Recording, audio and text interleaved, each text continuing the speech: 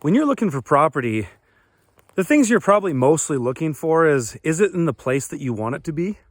And then what does the property itself look like? And then, of course, some of the things that are on the property are important. But there's one aspect that I would encourage you to look deeper at that you might not have paid as much attention to before.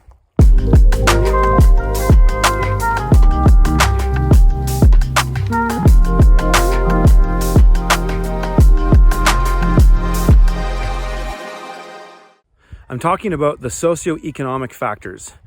Socioeconomics, the social conditions and the economic conditions, broadly speaking.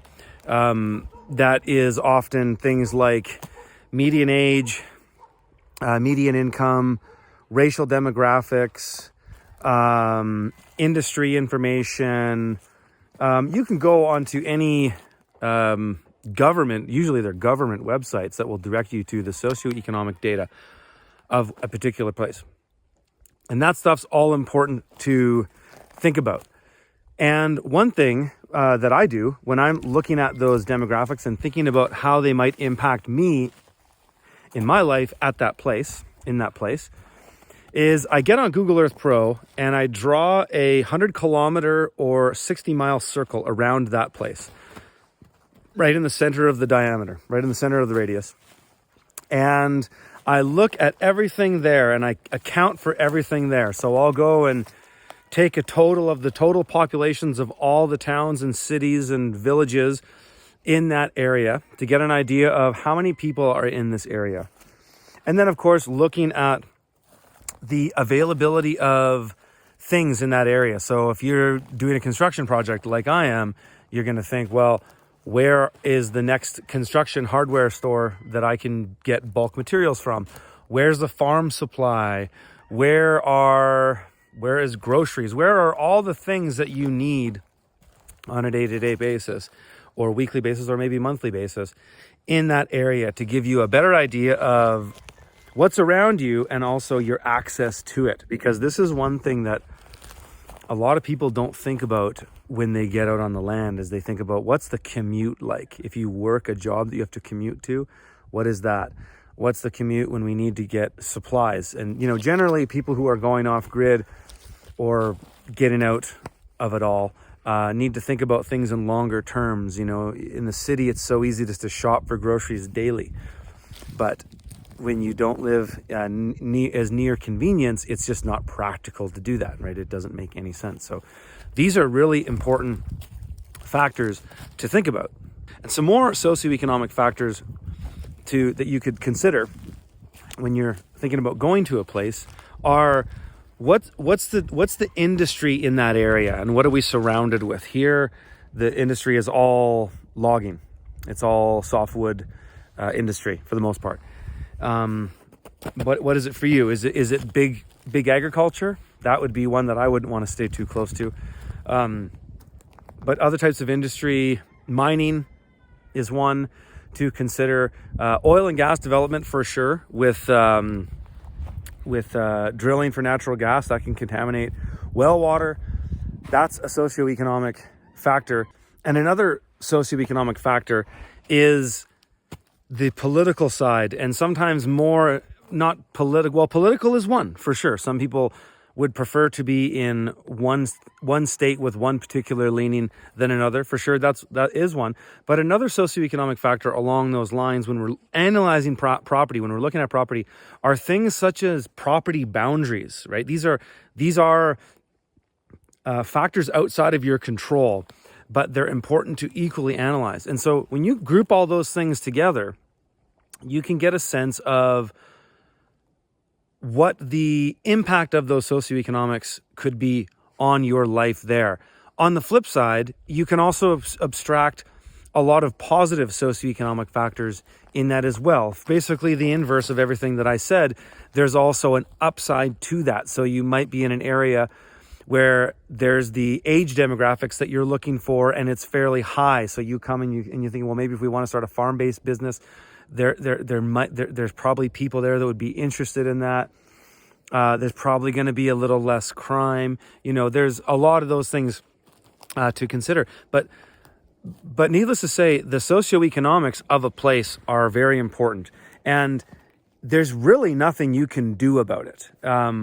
In one respect, building a fence has a socioeconomic effect, for better or worse. You might need to have a fence for privacy and security, but also you might live in an area where everybody puts up tall fences because nobody wants to know each other. That's a socioeconomic consideration, and I've seen communities like that, and that's sort of a result of suburbia, and maybe that's a bigger conversation for another time, but there is that thing that when people live in the same area but don't work in the same area, there's not really an incentive to get to know each other.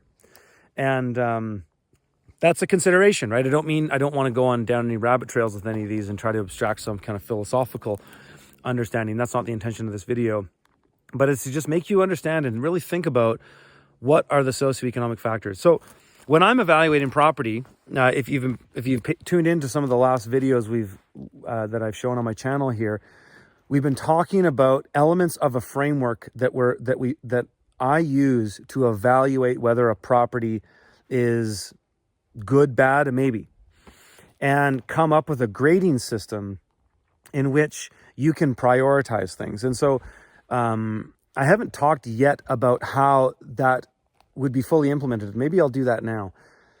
So what this really looks like is, and we have more videos in this framework, but I'll kind of seed the idea of it now and we'll circle back to it at the end. But when we go through all of these features of analysis in this framework, we can actually grade a score to these properties if we wish. Now, this grading process is really only for properties that are a strong maybe. And so you go on realtor.com or Redfin or whatever it is you use, and you get on that map and you search an area, you put some advanced search features in there, like I want this size property, no more than this money, whatever. You might have single family home or other things you can put in there. You'll go in there and you just immediately see a bunch of places. It's sometimes overwhelming. In some places, there's just not a lot of listings, but other states, it's just overwhelming. And there's so much stuff. And so you first have to grade things based on the first look. Is this something I want to look further at or not? And what I often do, and this is actually what I do every time I'm looking for properties, which I did for this course a lot, is I have the map open, and if you have two monitors on your desk, it really helps. But a bigger monitor, almost totally necessary to do it the way I do it. But I'll look at the map and I'll split my browser into two, and I'll have the map on the left and my listings on the right, and I'll just right click on the map and just open a separate window or a tab. And as I go through, I'll look at an area and I'll roll my mouse over, and sometimes in the first picture you can tell you're not interested. Often I look at the map, I look at where the property is situated compared to the roads, because in geographical areas, topographic areas like I'm in, that'll often tell you what side of the mountain you're on. Either you're facing the south, the north, east, west, or whatever it is, whatever valley you're in, because roads very typically, like 99% of the time, go through valleys. And so I can get a sense of geography just by looking at the map. But I'll go through and I'll look at something, and what I'm trying to do at first is just collect a bunch of stuff instead of going one at a time through things. I just want to batch stuff and then say, okay, I'm done with this area. There's nothing else except these 5 properties that I'm going to look at further in this area. Now I'm going to move on to the next area. So you have to have sort of a systematic way of doing it. And that's essentially what I do. And then once I have these properties, I'll take a further look at them. And at this point, they're either a yes right away, I'm going to put it on my list, or they're a maybe, and I'm going to look at it closer later. And I'll continue just batch. And the point of this, and the point of this evaluation process, is so that you can get really good at churning through the most amount of properties in the least amount of time. Because in order to pick out and root out the best ones, you have to do a proper analysis. And sometimes, no, I'm not kidding you, there's sometimes very few these days, but I'll look at a place and go, that's an immediate, I want to see more. I want to go look at it. And usually that is a result of the realtors doing a really good job with the photos, and lots of them, and things that are relevant, a lot of real estate photos just show stupid things that aren't important, but I want to see good and concise photos of the house, and I want to see better photos of the land. And what I really like to see is drone photography where they draw out the perimeter, and so that way I can track it down on Google Earth Pro a lot easier. But that's essentially the process, eliminating things down to that. And sometimes I look at these properties and go, yeah, this is one that I'll put on the list, but often not.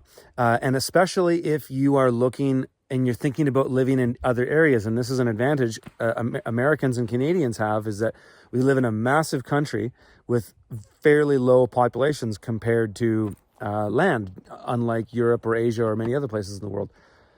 And so you could look all over, and so that can be overwhelming.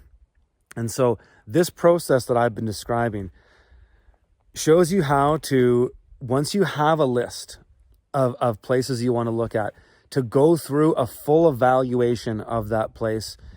First, the framework of your context, and we've discussed this in the first video, the second video, your context is ultimately most important. That's the foundation of the framework. Then from there, we immediately look for threats, things, just pull the lens back a little bit, look for things that are a threat around you. That could be socioeconomic threats, as like we're talking about in this one. They could be environmental threats. They could be climate threats. They could be geographical threats, mudslides, whatever it could be, fire. Look for threats. And if there's no immediate threats that disqualify that property, let's take it to the next evaluation. And that is where we go through every element of the scale of permanence, starting with climate, geography, water, socioeconomics. Next, we're going to talk about access and circulation. But as we go through this framework, at the end of it, I have a way of assigning a point score to this. So if any of you remember my older content and my book, The Urban Farmer, I came up with this thing called the crop value rating system. And in a way, this is applying that same logic to how we analyze a property. And we assign a 0 through 4 number to each scale of permanence. And depending on where that is on the scale of permanence, it has a multiplier effect. So the first 4 that we've discussed, climate, geography, water, now socioeconomic, these 4 have the most weight. And this is in our course. I'm going to take you through this whole process. I'll give you the calculator that you can use as well. But we assign a weight to those and we arrive at a number. And the objective is to have a property be low. And so we rate properties based on A, B, and C properties. C's are just no, B's are maybe, and A's are yes. And we go through this one by one and look for this thing. So we look at a property and say, let's analyze the climate of this property.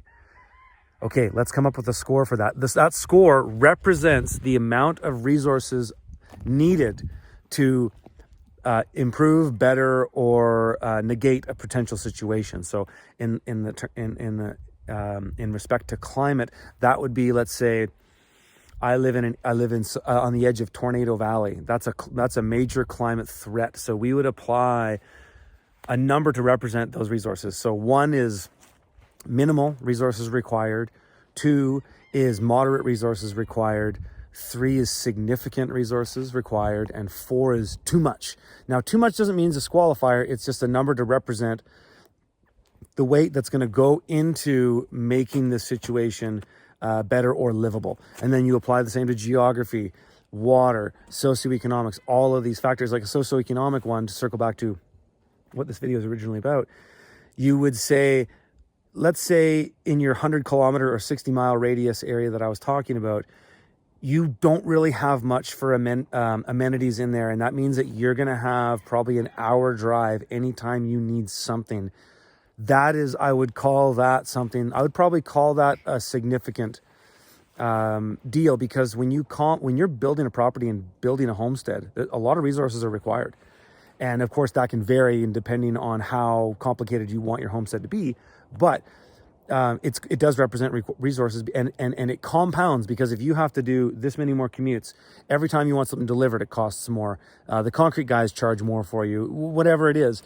That has a compounding effect, so it has to be represented by a number. And as we assign these numbers, we can get a real sense of whether a property is at the top of the hierarchy, the middle or the bottom. And what I encourage people to do when they're searching is use spreadsheets and assign these scores in a spreadsheet. The calculator that we include in the course, finding the perfect homestead property course, we give it to you, and you can put it into any spreadsheet app that you're using, whether it's the Google Sheets or Numbers for Mac or Excel, whatever it is. It's a spreadsheet essentially.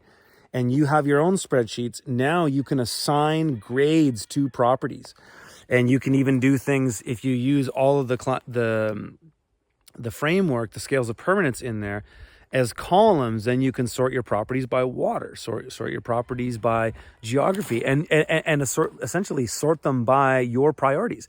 Because again, the best way to pick a winner and knock it out of the park, because you really only have one shot to do this. If you go and buy a piece of land that you discover later was a liability, you have a life-changing pain in the ass that you have to deal with to sell that property or whatever it is, fix the situation that was a no-go. And so if you want to find the best place, you want to look at the most amount in the shortest period of time. The reason I say the shortest period of time is that you're competing with other people who want to do the same, and BlackRock, essentially. And that time ticking is going to get more valuable and important as this whole economic conclusion starts to resolve itself. So anyways, I hope that information is valuable to you. And if you guys are interested in all this course, all these things that I've been discussing, head over to homestead.freedomfarmers.com, and there's a waiting list there. Sign up, put your email address in there. Very shortly, we'll send you more information about the release date, early bird pricing, and more information about the course. All right, folks, I hope you found that valuable. We'll see you in the next one.